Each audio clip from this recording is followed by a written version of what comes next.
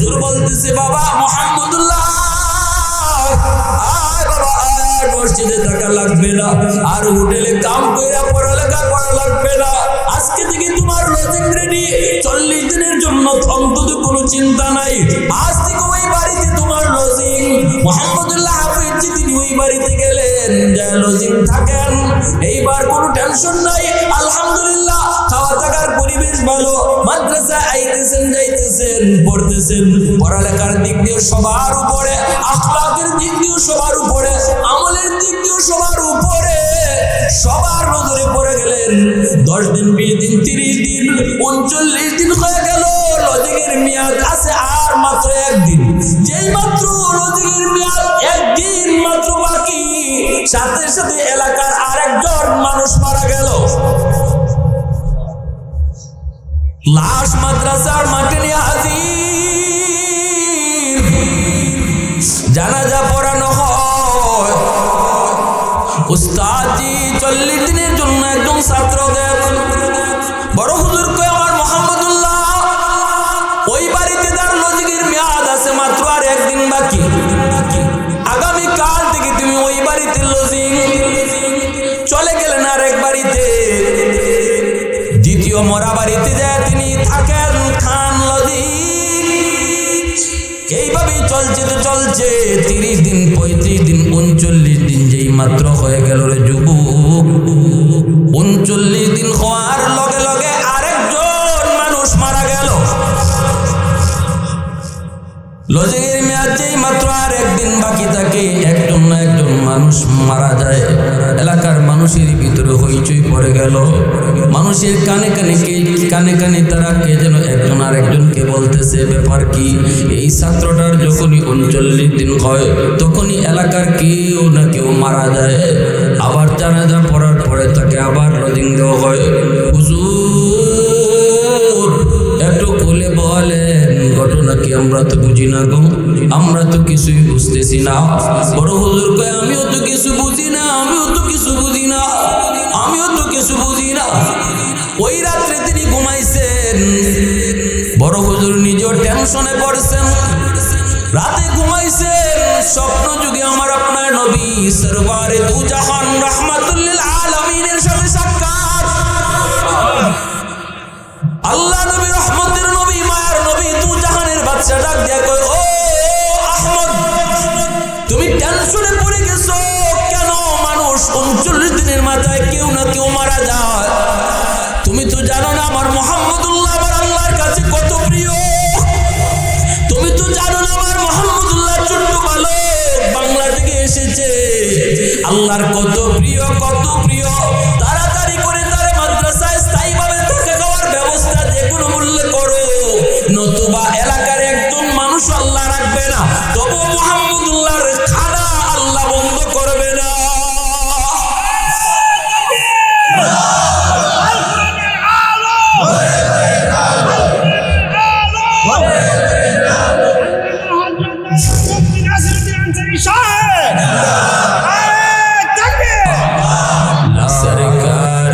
सरकार है सरकार मदीना, गुलजार का गुलजार है गुलजार मदीना, ला इलाहा इल्लल्लाह सबै ला इलाहा इल्लल्लाह।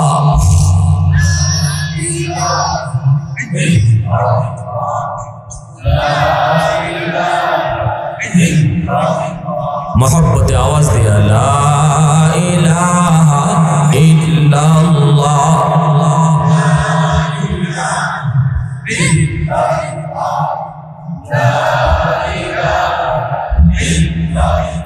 ये जिक्र खुदा दिल में सदा रहने दिया कर, और नक्श खुदा दिल में जमा रहने दिया कर, क्या जाने हक इस्लाम है कोई फजल इलाही, हर वक्त दौरे कल्ब खला रहने दिया कर, मुर्शिद की नजर गज बसर से न होती है, क्या खुश नजरी खुश नजरी खुश नजरी है, क्या खुश नजरी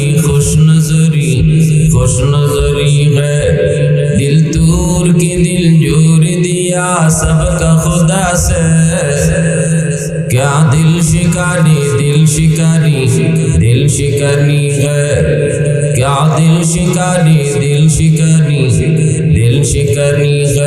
अल्लाह अल्लाह अल्लाह अल्लाह अल्लाह अल्लाह अल्लाह अल्लाह अल्लाह अल्लाह।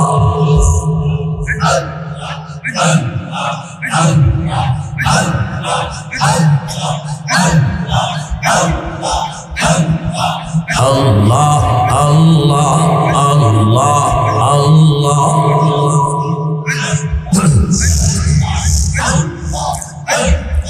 अल्लाह अल्लाह अल्लाह अल्लाह अल्लाह अल्लाह अल्लाह अल्लाह अल्लाह अल्लाह अल्लाह अल्लाह अल्लाह अल्लाह अल्लाह।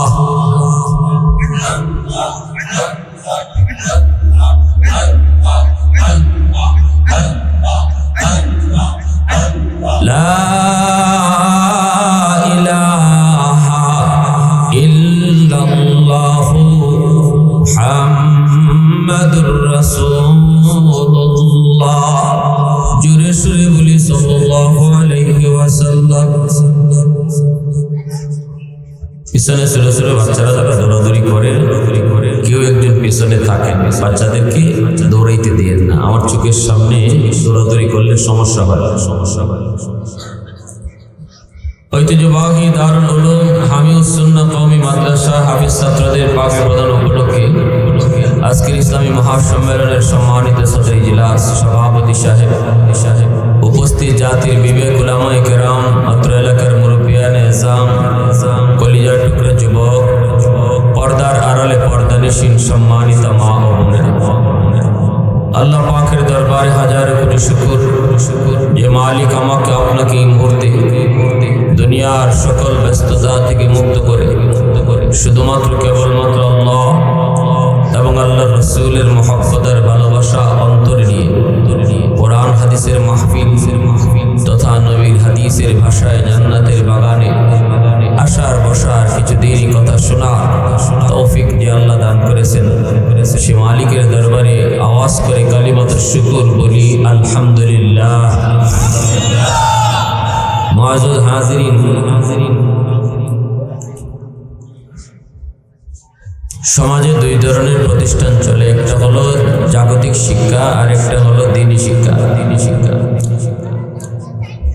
এই যে দুই লাইনের শিক্ষা চলে, জাগতিক শিক্ষা বলতে আমরা বুঝি স্কুল কলেজ ভার্সিটি, আর দ্বীনি শিক্ষা বলতে বুঝি কোরআনের শিক্ষা। দুটোটা শিক্ষাই আমাদের দরকার, একটা বাদ দিয়ে আরেকটা হবে না। এই কথা বলার সুযোগ নাই যে মাদ্রাসা থাকুক স্কুল কলেজ বন্ধ হয়ে যাবে, আবার এই কথা বলা ঠিকও না যে স্কুল কলেজ থাকুক মাদ্রাসা বন্ধ হয়ে যাবে। কারণ হলো স্কুল কলেজ ভার্সিটি থেকে ডাক্তার, ইঞ্জিনিয়ার, জজ, ব্যারিস্টার তৈরি হয়। মাদ্রাসা থেকে মুফতি, মুহাদ্দিস, হাফিজ কোরআন বের হয়। একটা দেশ বা জাতির জন্য মুফতি সাহেবের যেমন দরকার, ডাক্তারেরও তেমন দরকার। কিন্তু দরকার দুটোটা শিক্ষারই। তারপরেও যদি আমরা তুলনামূলক বিশ্লেষণ করি যে কোন শিক্ষাটার বেশি প্রয়োজন এবং এই দুই শিক্ষার ভিতরে তফাৎ কেমন, তাহলে আমরা পবিত্র কোরআনের সূরাতুর রহমানে আল্লাহ পাক ইশারা দিয়েছেন, ইঙ্গিত দিয়েছেন, এর জবাব দিয়েছেন। আল্লাহ পাকের কাছে কোরআনের শিক্ষা যাদের ভিতরে আছে, যারা কোরআনি জিন্দেগি মতো চলে, যাদের জীবনে হালাল হারাম জায়েজ নাজায়েজ আছে, যার জীবনে বৈধ অবৈধ আছে, মোট কথা যে কোরআন মানে কোরআন মতো চলে, কোরআনের শিক্ষা অর্জন করে, আল্লাহর ভাষায় সে মানুষ, আর যার মধ্যে কোরআন নাই, কোরআনের শিক্ষা নাই, কোরআনের বুঝ নাই, হালাল নাই, হারাম নাই, জায়েজ নাই, নাজায়েজ নাই, বৈধ নাই, অবৈধ নাই, কিন্তু দুনিয়ার বহুত বড় ডিগ্রি অর্জন করেছে, ডিগ্রি বহুত বড় অর্জন করেছে, বাট বৈধ অবৈধ বুঝে না, হালাল হারাম মানে না, আল্লাহর ভাষায় সে মানুষ হতে পারে না, আল্লাহর ভাষায় সে কি হতে পারে না? আর রহমান আল্লামাল কুরআন খালাকাল ইনসান। রহমানের পরিচয় দিয়েছেন আল্লাহ পবিত্র কোরআনে সূরাতুর রহমানের শুরুতে। রহমান হচ্ছেন তিনি যিনি কোরআন শিক্ষা দেন, মানুষ সৃষ্টি করেন। মানুষ সৃষ্টির কথা আল্লাহ কেন পরে নিলেন আর কোরআন শিক্ষার কথা কেন আগে আনলেন? অথচ বাস্তবতায় আমরা দেখি মানুষ আগে জন্ম নেয়, এরপরে বিদ্যা অর্জন করে, কিন্তু আল্লাহ এখানে সিস্টেমের উল্টা করলেন। কোরআন শিক্ষার কথা আগে নিয়ে আসছেন, এরপরে মানুষ সৃষ্টির কথা বলছেন। এর দ্বারা আল্লাহ ইঙ্গিত দিলেন, সকল মুফাসসিরিনে কেরাম তাদের তাফসীরের কিতাবে এখানে কথা বলছেন। আল্লাহ পাক বুঝাইতে চাইলেন যে মানুষটা কোরআন মতো চলে, কোরআন মতো জিন্দেগি কায়েম করে, কোরআনি জ্ঞান অর্জন করে, হালাল হারাম বুঝে, জায়েজ নাজায়েজ চিনে, সেও শুধু আমি আল্লাহর কাছে মানুষ। আর যে এভাবে চলে না, সে তোমাদের কাছে যত বড় মানুষ হোক, আমি আল্লাহর কাছে সে মানুষ না। ডাক্তার হয়েছে অনেক বড়, কিন্তু হালাল হারাম মানে না। সামান্য লোভে পড়ে যে ডাক্তার নর্মাল ডেলিভারি কেসের রোগীরে কয় সিজার করতে হবে, নাইলে রোগীও মরবে, মাও মরবে। ডাক্তার ভালো করে জানে নর্মাল হবে, এরপরও কি কয় সিজার করতে হবে। লোভ 20 থেকে 30,000 টাকা। যে ডাক্তার শুধু টাকা কামাই করা চিনল, কিন্তু মানুষের জীবনের মূল্য তার কাছে নাই। একটা সুস্থ মাকে সারা জীবনের জন্য অসুস্থ বানাইয়া দিল টাকার লোভে। ওই ডাক্তারকে ডাক্তার বলবেন না ডাকাত বলবেন? সে মানুষ হতে পারে নাই। আল্লাহর ভাষায় সে কি হতে পারে নাই? মানুষ হতে পারে নাই। এখন আপনারা যদি বলেন মানুষ না তো আল্লাহ পালে কেন, খাওয়ায় কেন, আল্লাহ এত দয়া দেখায় কেন? আমাদেরকে খাওয়ান কে, পালেন কে? প্রথম প্রশ্ন, মানুষ না তো কি? আল্লাহ এর অন্যত্র জবাব দিয়েছেন, উলাইকা কাল আনআম, এরা মানুষ না, এরা হায়ওয়ানের মতো। কথাটা কার? জোরে বলেন কার? আমি বললে আপনারা আমার উপরে রাগ করতেন, গোসা করতেন। এত বড় কথা, এত বড় কথাটা আল্লাহ বলছেন। উলাইকা কাল আনআম, একটা হায়ওয়ান যেমন ভাবে তার জীবনে বৈধ নাই, অবৈধ নাই, জায়েজ নাই, নাজায়েজ নাই, হালাল নাই, হারাম নাই। একটা গরু, একটা ছাগল, তাদের জীবনের নামাজ নাই, রোজা নাই, বৈধ নাই, অবৈধ নাই, হালাল নাই, হারাম নাই। গরু যা মন চায় তা খায়, যা করতে মন চায় তা করে, যার সাথে রাত কাটাতে মন চায় তার সাথে কাটায়। মানুষ, তুমি মানুষ হয়েও যদি তোমার জীবনটা এভাবেই চালাও, যা মন চায় তা খাও, এটা হালাল না হারাম মানলা না। যা মন চায় তা কইলা, যা মন চায় তা করলা। তোমার জীবনে যে কিছু বিধিবিধান আছে, কিছু মানা অমানা আছে, এগুলা মানলাও না, বুঝলাও না, তাহলে তোমার জীবনে আর হায়ওয়ানের জীবনে কোনো তফাৎ। এই কথাটা আল্লাহ পাকের কথা। এখন প্রশ্ন করবেন, হায়ওয়ানরে আল্লাহ খাওয়ায় কেন? যে মানুষটা আল্লাহর কাছে মানুষই না, খাওয়ায় কেন? হাকিমুল উম্মত মুজাদ্দিদ মিল্লাত মাওলানা আশরাফ আলী থানভী রাহমাতুল্লাহি আলাইহি তার একটা एग्जांपल দিয়েছেন। আমরা যারা জমি চাষ করি, ধান চাষ করি, ধান খেতে ধানের সাথে চিটা ধানও আছে না নাই? আপনারা চিটা কোন না? এটা চিটাটা তো চিটা, এটা তো ধান না। মালিক ভালো করে জানি ধান খেতে ধানের সাথে চিটা আছে, কিন্তু চিটায় ধানের রং ধরছে, ধানের নমুনা ধরছে, ঠিক না?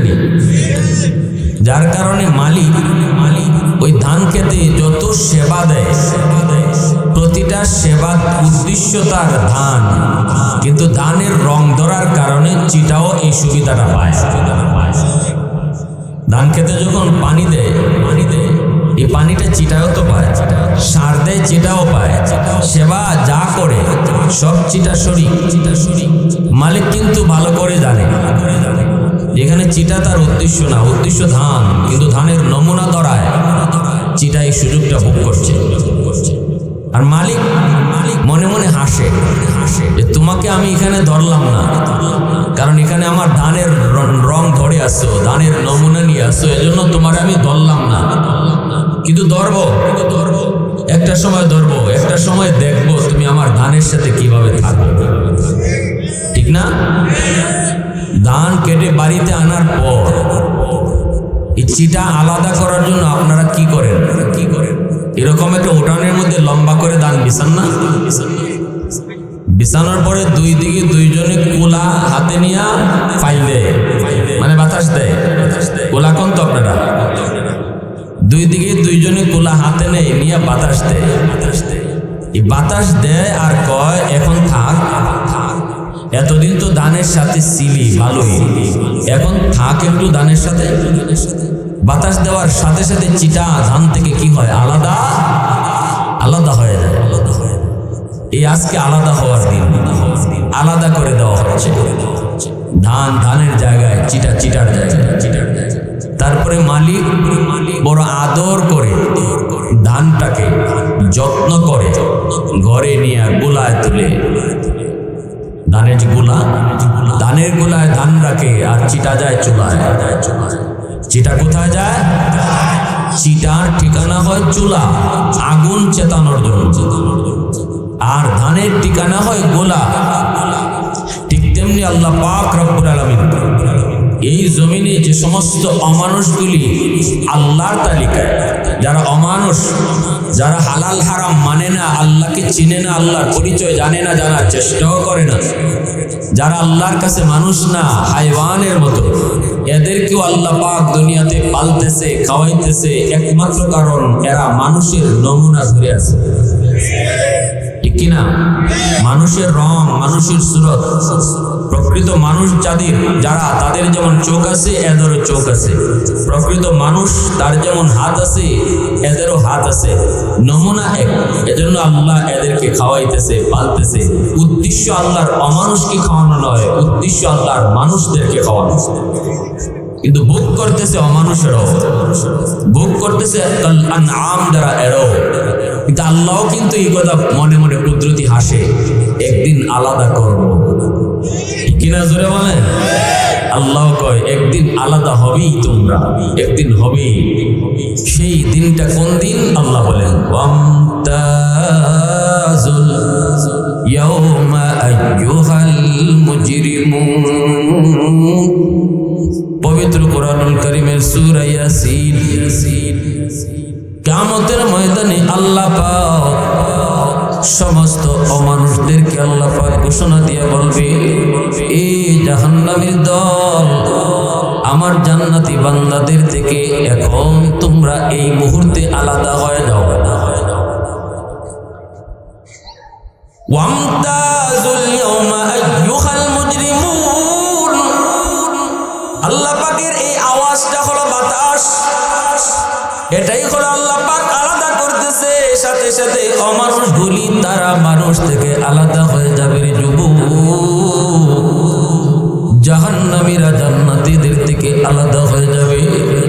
দুনিয়ার জমিনে যেমন ভাবে আলাদা হওয়ার পর ধানটাকে সযত্নে উঠায় রাখা হয়েছে গোলায়, আর চিটাকে রাখা হয়েছে চুলায় আগুন চেতানোর জন্য। কিয়ামতের ময়দানে আল্লাহ পাক যেই মানুষগুলা আলাদা হয়ে যাবে, এই অমানুষগুলির ঠিকানা হবে জাহান্নামের চুলা, আর মানুষের ঠিকানা হবে জান্নাত নামক গোলা। এজন্যই ভাইরা বন্ধুরা শুনো, মাদ্রাসা কেন পড়াবো, কোরআন কেন শিখাবো, হালাল হারাম কেন বুঝবো, কেন বুঝাবো, বৈধ অবৈধ কেন মানবো, কেন মানাবো? কারণ হলো মানুষের সন্তান বানানোর জন্য। মুরগির বাচ্চা জন্ম নিলে মুরগি হয়, মানুষের বাচ্চা জন্ম নিলে মানুষ হয় না রে যুবক, তারে মানুষ বানাইতে হয়। মানুষ বানানোর তরিকা হলো কোরআনের শিক্ষা। কথাটা আমি মৌলবীর নাকি আল্লাহ? একটু আওয়াজ দিয়া বলো কার, আরো জোরে কার? মানুষ বানানোর তরিকা হলো কোরআনের শিক্ষা। কোরআনের শিক্ষার দ্বারা আমার আপনার সন্তান মানুষের সন্তান হয়। কোরআনের জিন্দেগি মানার দ্বারা একজন মানুষ তাই সে মানুষ হয়।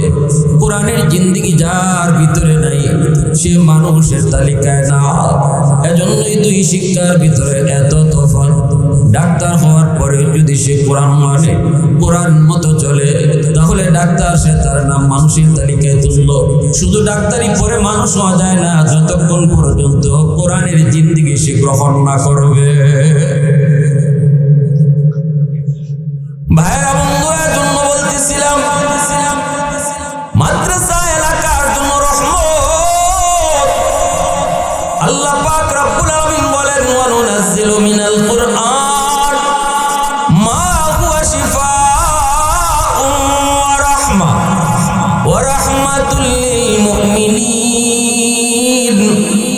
আমি আল্লাহ কোরআন নাজিল করেছি তোমাদের জন্য শিফা বানায়া, কোরআন নাজিল করেছি তোমাদের জন্য রহমত বানাইয়া। এজন্য মাদ্রাসা হলো এলাকার জন্য রহমত, এলাকার মানুষের জন্য মাদ্রাসা হলো রহমত, সমাজের জন্য হলো রহমত। হাফেজুল কোরআন, আলেমে দ্বীন, মুফতি মুহাদ্দিস সমাজের জন্য হলো তারা রহমত। যেখানে রহমত থাকে সেখানে গজব আসে না।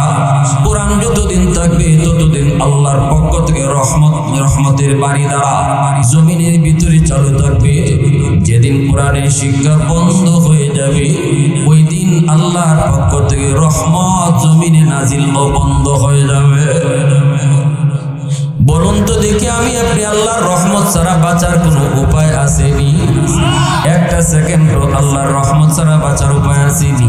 মেম্বারের মেম্বারি বলো, চেয়ারম্যানের চেয়ারম্যানই বলো, এমপির এমপিগিরি বলো, মন্ত্রীর মন্ত্রীগিরি বলো, জমিদারের জমিদারি বলো, ব্যবসায়ীর ব্যবসা প্রতিষ্ঠান বলো, আমার সুস্থতার নিয়ামত বলো। আকাশ থেকে ঠিকমতো বৃষ্টি হয়, জমিন থেকে ঠিকমতো ফসল হয়, গাছগাছালি থেকে ফুল পাই ফল পাই, নদী থেকে মাছ পাই, যত প্রকারের নিয়ামত আল্লাহ পাক জমিনে দেন।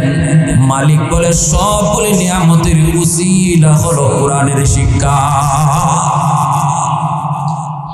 যেই জমিনে মালিকের কালামের শিক্ষা বন্ধ হয়ে যাবে ওই জমিন আল্লাহ রাখবেন না।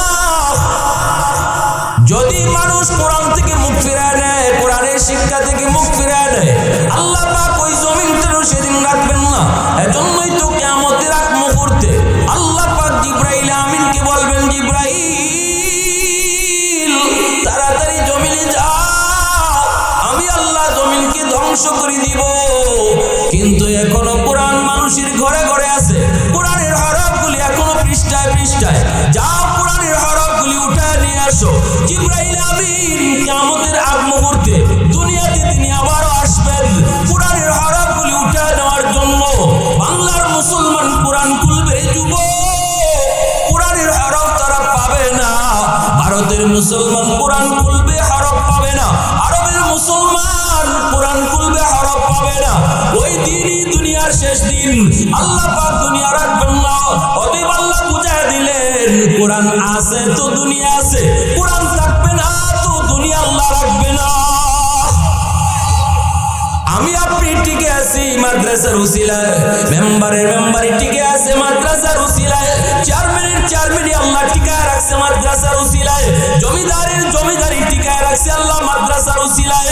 এখনো জমিনে ফসল হয়, গাছ থেকে ফুল হয় ফল হয় মাদ্রাসার উসিলায়।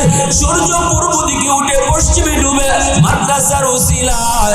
যেদিন থেকে মাদ্রাসা বন্ধ হয়ে যাবে, মানুষজন মাদ্রাসা থেকে মুখ ফিরে নিবে, উলামায়ে কেরাম থেকে মুখ ফিরে নিবে, নিজের সন্তানকে মাদ্রাসায় পড়াবে না, নাতি নশাকে হাফেজ বানাবে না। মানুষ যখন আল্লাহর কালাম থেকে মুখ ফিরে নিবে, আল্লাহ বলবেন তখন জমিনের প্রয়োজন নাই, সব কিছু যার যার খেদমত বন্ধ করে দিবে। পরপর আযাব আর গজবের দ্বারা জমিনটারে আল্লাহ ধ্বংস করে দিবে। অতএব বুঝে থাকলে বলেন, আমাদেরকে আল্লাহ বাঁচায় রাখছে, উসিলা হলো কোরআনের শিক্ষা। ঠিক না নি? কার উসিলায় টিকে আছে? কার উসিলায় আল্লাহ আমাদেরকে খাওয়ায়? কাদের উসিলায় বাঁচায়? কোন শিক্ষার উসিলায় আল্লাহ দুনিয়া টিকে রাখছে? কোরআনের শিক্ষা। অতএব কেউ যদি কয় আমি মাদ্রাসা টিকায় রাখছি, ভুল কথা। তুমি লক্ষ টাকা দান করো আর কোটি টাকা দান করো, এমন বইল না মাদ্রাসা আমি টিকায় রাখছি। বরং বলো, আমার মালিকের কথা যদি তুমি মর্ম বুঝো, তাহলে তুমি বলবা মাদ্রাসার উসিলায় আল্লাহ আমাকে টিকায় রাখছে। আমি একজন মাদ্রাসার ছাত্ররে খাওয়াই, লজিং রেখেছি মাদ্রাসার ছাত্র খাওয়াই, এইভাবে বলো না গোলাম। তুমি বলো এই ছাত্রের উসিলায় আল্লাহ আমাদেরকে খাওয়ায়। আমরা খাওয়াই না, আমাদেরকে তার উসিলায় আল্লাহ খাওয়ায়। কারণ আল্লাহ পাক এই কথাই বলেছেন, কোরআন জগতের জন্য রহমত। এর ব্যাখ্যা দিয়েছেন আল্লাহ নবী তার হাদিসে। নবীজি বলেন, ইন্নাল আলিমা ইয়াস্তাগফিরু লাহু মান ফিল আরদ ওয়া মান ফিস সামা হাত্তাল হিতানু ফি জাওফিল মা ওয়া ফি রিওয়ায়াতিন আন-নামলাতু ফি জুহরিহা আও কামা ক্বালা an-নাবিয়্যু আলাইহিস সালাম।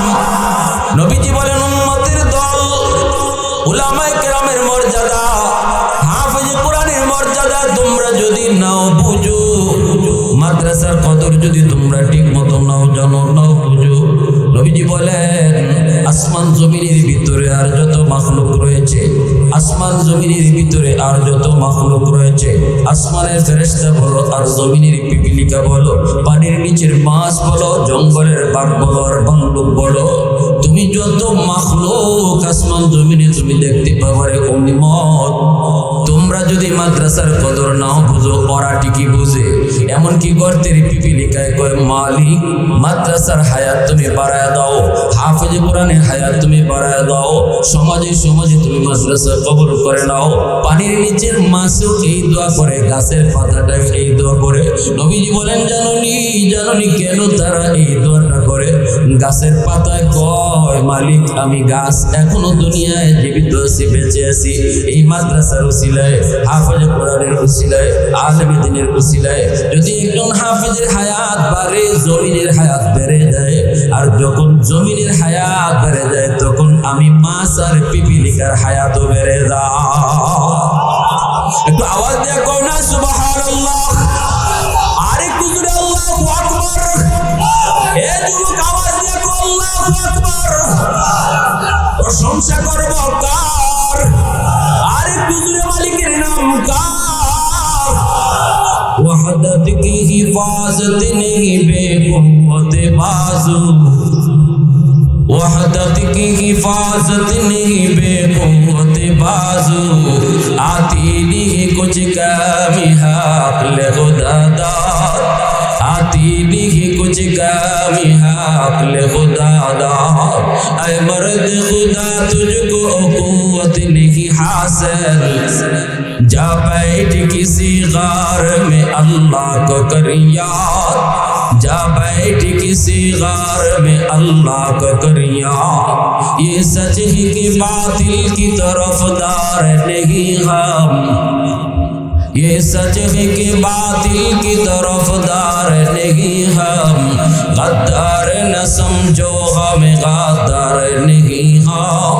फूलों की तरह नरम मिजाज अपना है नौजर, हम तीरी नहीं नेज़ा व तलवार नहीं हम, हम तेरी नहीं नेज़ा व तलवार नहीं हम। मुसलमाনের আওয়াজ কও আল্লাহু আকবার। এজন্য আমার ভাইরা বন্ধুরা যুবক, নবীজি বলেন উম্মতের দল গর্তের পিপিলিকায় মাদ্রাসার কদর বুঝে, হাফেজ কোরআনের কদর বুঝে, পানির নিচের মাছ তাদের কদর বুঝে। এজন্য 24 ঘন্টা আল্লাহর কাছে দোয়া করে, এমনকি ফেরেশতারাও দোয়া করে। আওয়াজ দিয়ে সুবহানাল্লাহ। ভাইরা বন্ধুরা, এই কথাটা তো বুঝতেন আল্লাহর ওলিগণ। মুহাম্মদুল্লাহ হাফিজি বুঝতেন, শাইখে বরনি বুঝতেন, আপনাদের বড় হুজুর রাহিমাহুল্লাহ বুঝতেন, ফখরে বাঙ্গাল বুঝতেন। যার কারণে যেখানে যাইতেন সেখানেই সবার আগে মাদ্রাসা কায়েম করতেন। কারণ তারা দেখতেন, অন্তর চোখে দেখতেন, মাদ্রাসা হলো আসমানের খুঁটি, মাদ্রাসা হলো আসমানের খাম্বা খুঁটি। মুহাম্মদুল্লাহ হাফিজি ছোট্ট বালক, কোরআন শিক্ষা করার জন্য তিনি ভারতের পানিপথ চলে যাবেন। কেমনে যাবেন, কিভাবে জানেন, চিনেন না। চাঁদপুর লঞ্চ ঘাট থেকে কোন রকম ট্রলারে করে খুলনার কাছে গিয়ে বসলেন। তখনকার দিনে সরাসরি ভারত যাওয়া যেত না, ট্রেনে খুলনা থেকে যাওয়া লাগতো। কিন্তু কেমনে যাবেন, ছোট মানুষ, আল্লাহর কোরআনের প্রেমিক, খুলনা থেকে কেমনে যাবেন, যাওয়ার কোনো রাস্তা চেনেন না, জানেন না। হাঁটতেছেন, হঠাৎ করে একটা পাগলা কুকুর ওনাকে কামড় দিয়ে বসলো। কুকুরের কামড় খায় তিনি মাটিতে পড়ে কান্না শুরু করলেন। ছোট মানুষ কান্না শুরু করেছেন। এলাকার মানুষেরা দেখে তাদের বড় মায়া লাগলো, সবাই দৌড়াদৌড়ি করলো, দৌড়ে তাকে নিয়ে হাসপাতালে নিয়ে আসলো। চেহারার মধ্যে মায়া তো হবেই, যাকে আল্লাহ পাক ওলি হিসাবে কবুল করেছেন, শিশুকালেই তার চেহারার মধ্যে নূর ঢুকাইয়া দিছে। ডাক্তার কয় এই চিকিৎসা বাংলার জমিনে হয় না। পাগলা কুকুরের কামড়ের চিকিৎসা যদি করাইতে হয়, পাঠাইতে হবে ভারতের পানিপথ। কোথায়? ভারতের পানিপথ পাঠাইতে হবে। হাফিজি 10-12 বছরের বালক, চোখের পানি ফলায় কান্দে আর কয় মালিক, আমি তো পানিপথ যাওয়ার জন্যই বের হয়েছি, কিন্তু কেমনে যাব জানি না। তুমি আমার এই কুকুরের কামড় খাওয়াইয়া বুঝি পানিপথ পাঠাইতেছো। এলাকার মানুষের মধ্যে বড় মায়া লাগলো। মানুষেরা নিয়ে ট্রেনের কাছে যায়, ট্রেনের টিকিট কাইটা টিটির কাছে সন্দেহ করে নেও, টিটি সাহেব বাচ্চাটারে আপনি পানিপথ হাসপাতালের সামনে নামায় দিয়েন, কারণ এই চিকিৎসা বাংলাতে নাই, এই চিকিৎসা আছে পানিপথ। তখনকার সময়ে কোরআনের মার্কাজ, এলেমের মার্কাজ ছিল পানিপথ। বর্তমানে এলেমের মার্কাজ হলো দারুল উলুম দেওবন্দ। তখনকার সময় এলেমের মার্কাজ ছিল পানিপথ। ওখানে তিনি গেলেন, নামায় দেওয়া হলো, চিকিৎসাও নিলেন। এরপর ওনার চিকিৎসা তো উদ্দেশ্য নয়, উদ্দেশ্য হলো মাদ্রাসায় যে ভর্তি হওয়া। চলে আসলেন বড় হুজুরের কাছে, এসে সালাম দিয়ে বলতেছেন, উস্তাদজি আমি বাংলার জমিন থেকে এসেছি বলে কেমনে কয় একা একা। আল্লাহু আকবার। কেমনে কয় হুজুর, চোখের পানি ফেলে কান্দে, কয় হুজুর আল্লাহ আমাকে তার কুদরতে নিয়ে আসছে। কেমনে আসছে? কয় আল্লাহ পাক আমাকে পানিপথ পাঠানোর জন্য কুকুরের কামড় খাওয়াইছে। চিকিৎসা বাংলায় হয় না, মানুষজন মায়া করে আমাকে ট্রেনে তৈলা দিছে, চিকিৎসা আমার হয়েছে হুজুর, এখন আপনি আপনার মাদ্রাসায় আমাকে ভর্তি করেন। আমি তো এসেছি কোরআন শিক্ষা করার জন্য, আমি এসেছি কোরআনের নূর অন্তরে নেওয়ার জন্য। কারণ আল্লাহ পাক রব্বুল আলামিন কার সিনার মধ্যে কোরআন ঢোকাবের যুবক, এই কথাটা দুনিয়ার মানুষ কেউ জানে না। জানেন শুধু কে? একটু জোরে বলেন না কে? আমার সন্তান হাফেজ হবে কি হবে না কেউ জানে না। জানেন কে? চেয়ারম্যানের ছেলে হলেই সে হাফেজ কোরআন হয় না, মন্ত্রী পোলা হইলেই হাফেজ বানানো যায় না, ঠিক না? শিল্পপতির ছেলে হইলেই টাকার জোরে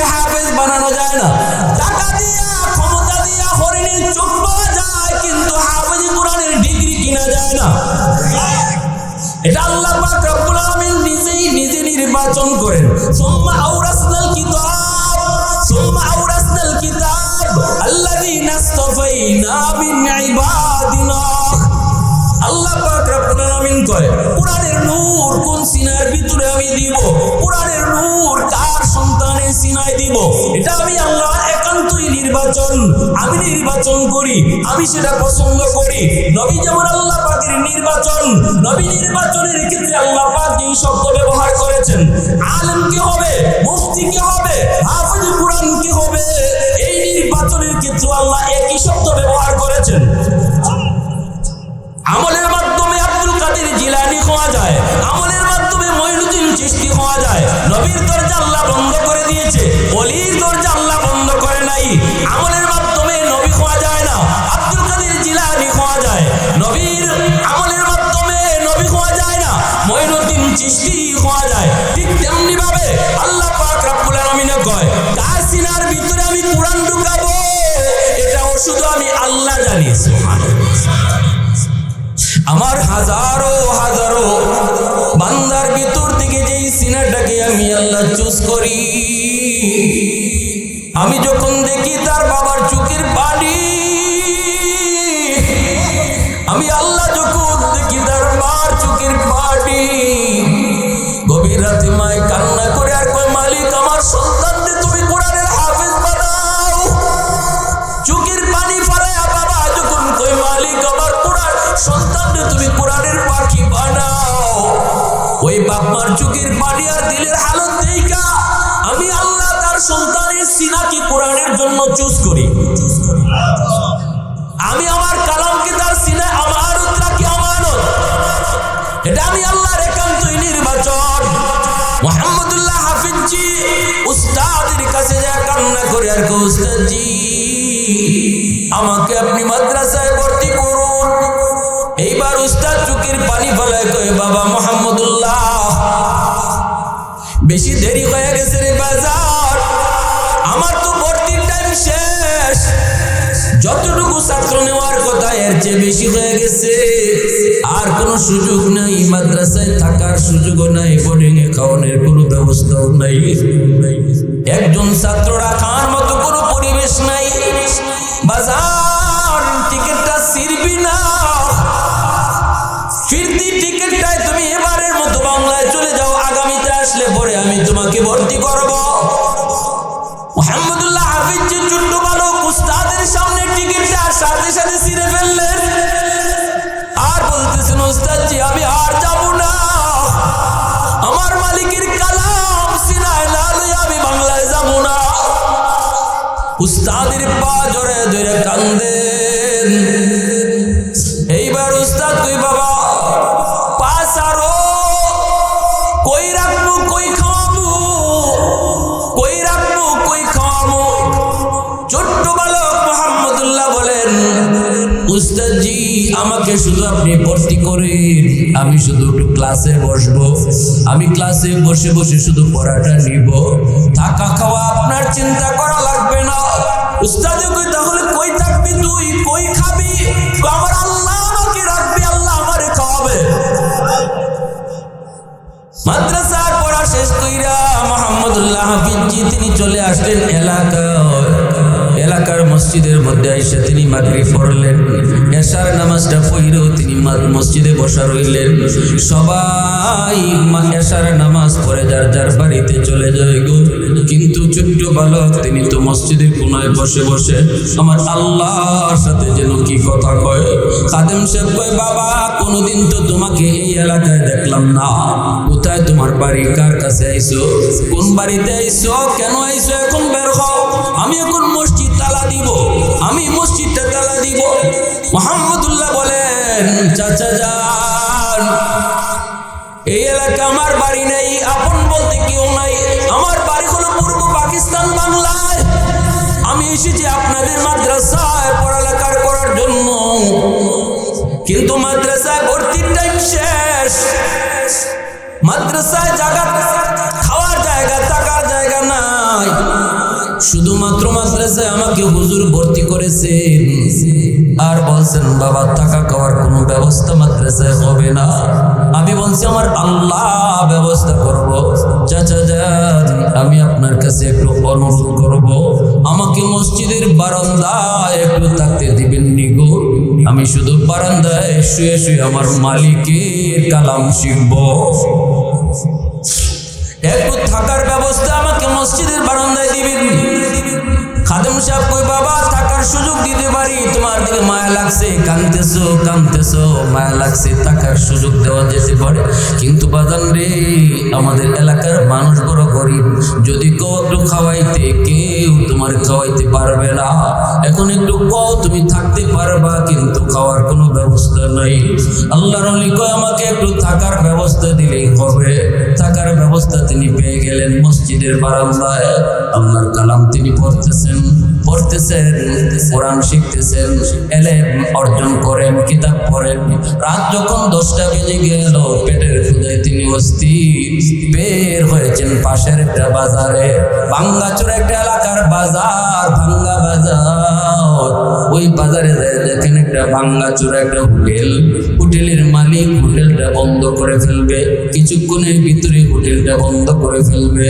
ছোট্ট বালক তিনি যে বলতেছেন চাচা আমাকে আপনি আপনার হোটেলের বাসি রুটি যদি থাকে 2টা রুটি দিবেন নি গো। আমি সারাদিন কিছু খাই না, একটা রুটি যদি দেন আমি পানিতে ভিজায় রুটিটা খাই।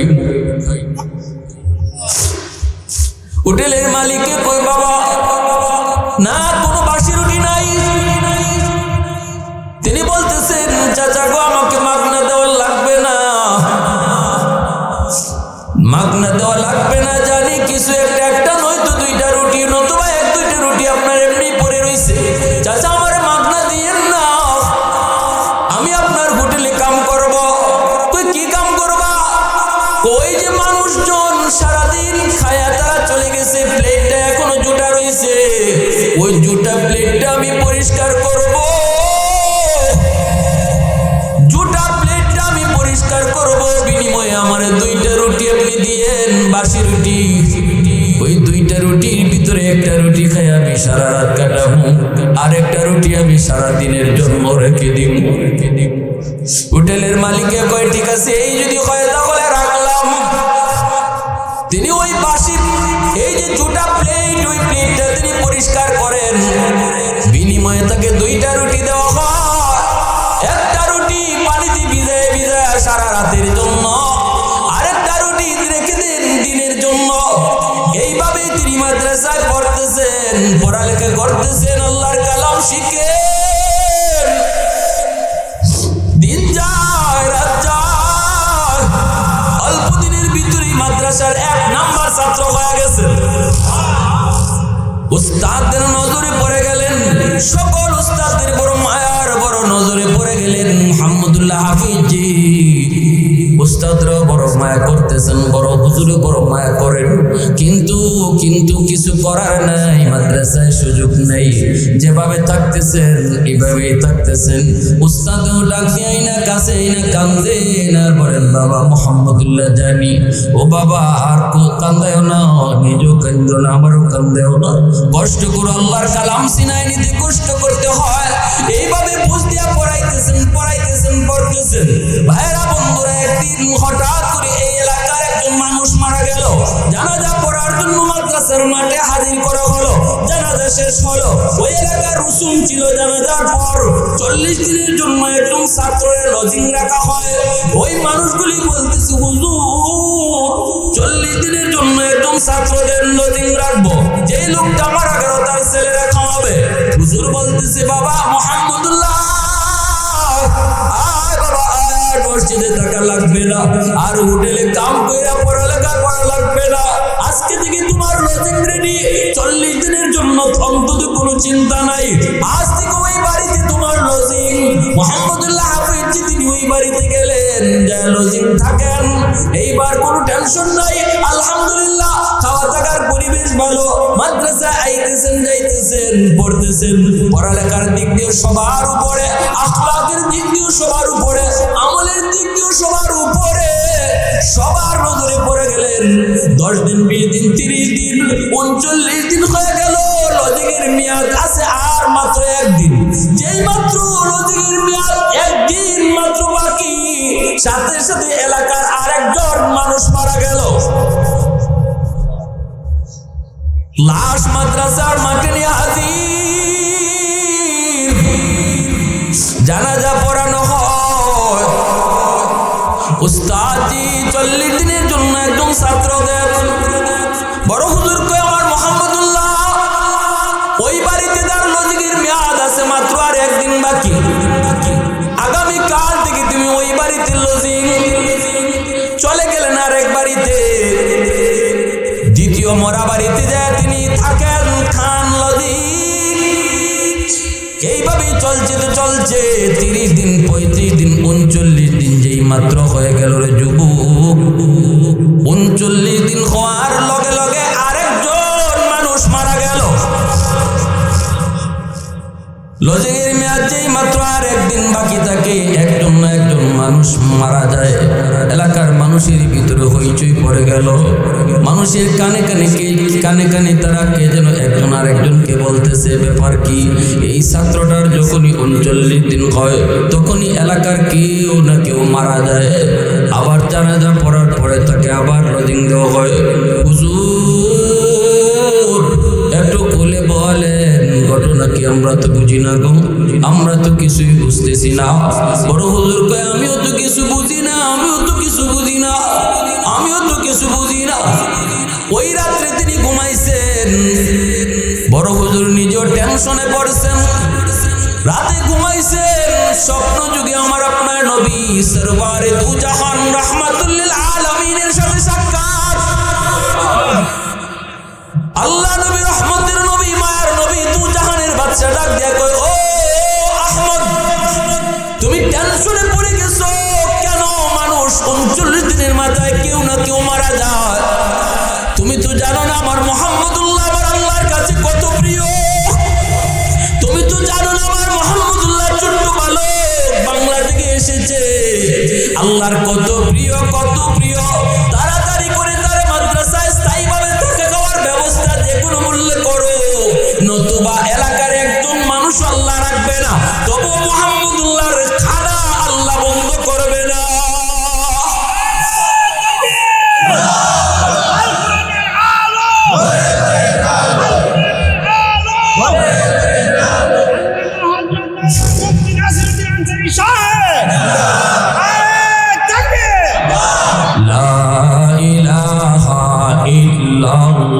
সবাই লা ইলাহা ইল্লাল্লাহ,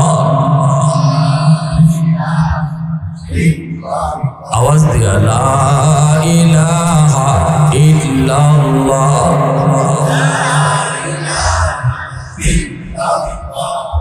লা ইলাহা ইল্লাল্লাহ, লা ইলাহা ইল্লাল্লাহ, লা ইলাহা ইল্লাল্লাহ।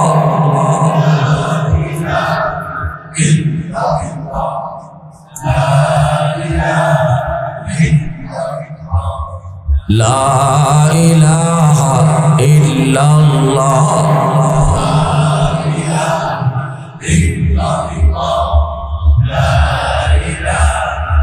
লা ইলাহা ইল্লাল্লাহ মুহাম্মাদুর রাসূলুল্লাহ।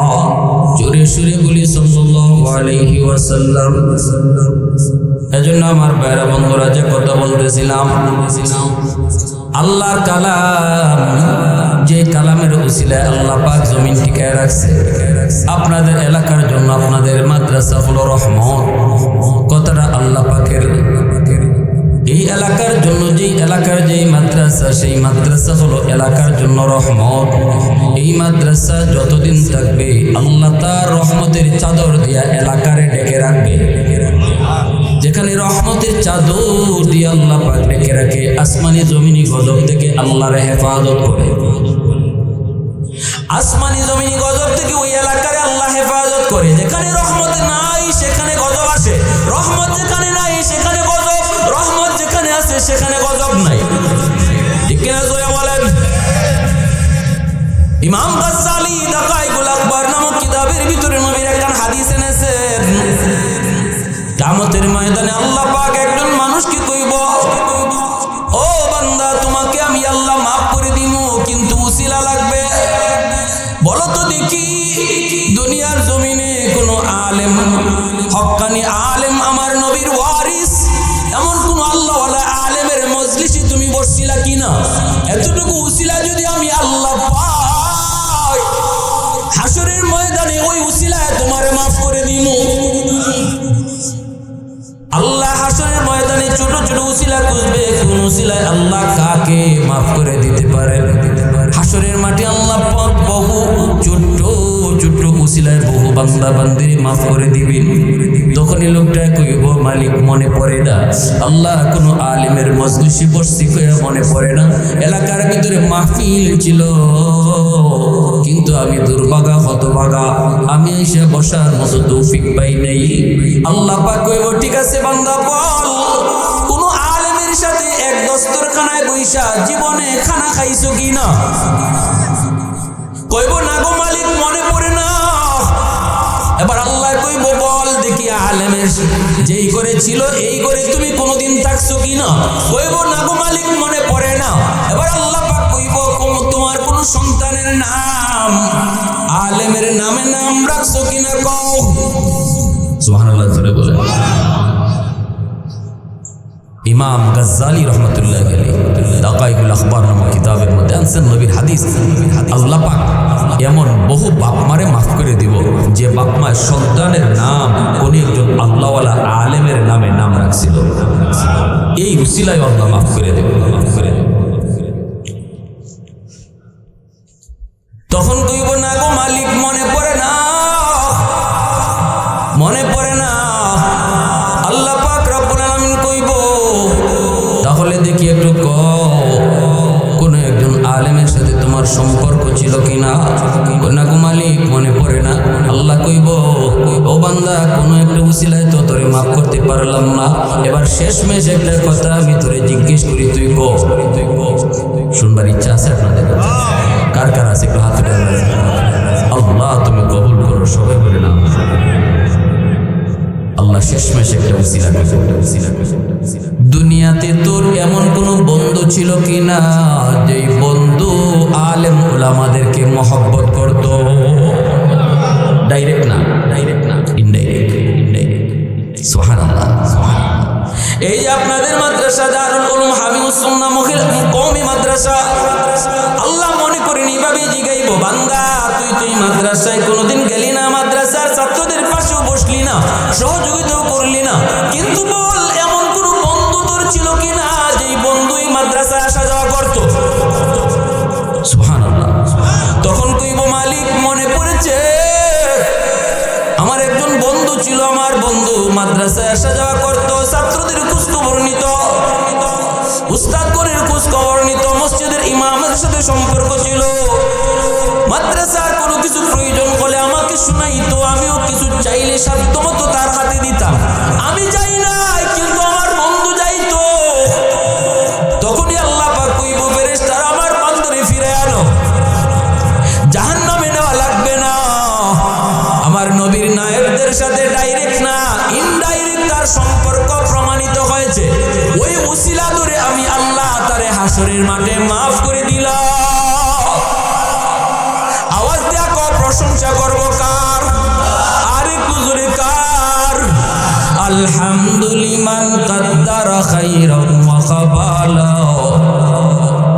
আলহামদুলিমান কাদ্দারা খাইরান ওয়া খাবালা, ওয়া শুকরু লিমান সাওয়ারা হুসনান ওয়া জামালা, ফারদুন সামাদুন আন সিফাতিন খালকি বারিউন, রব্বুন আযালিয়ুন খালাকাল খালকা কামালা, লা জিদ্দা ওয়ালা নিদ্দা ওয়ালা হাদ্দা লিমাওলা, আল আনা কামা কানা ওয়া লাম ইয়ালকা দাওয়ালা, আল আনা কামা কানা ওয়া লাম ইয়ালকা দাওয়ালা।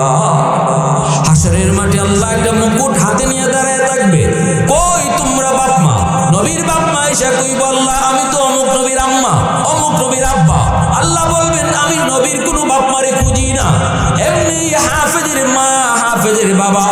আলেমের বাবা এসে কইব মালিক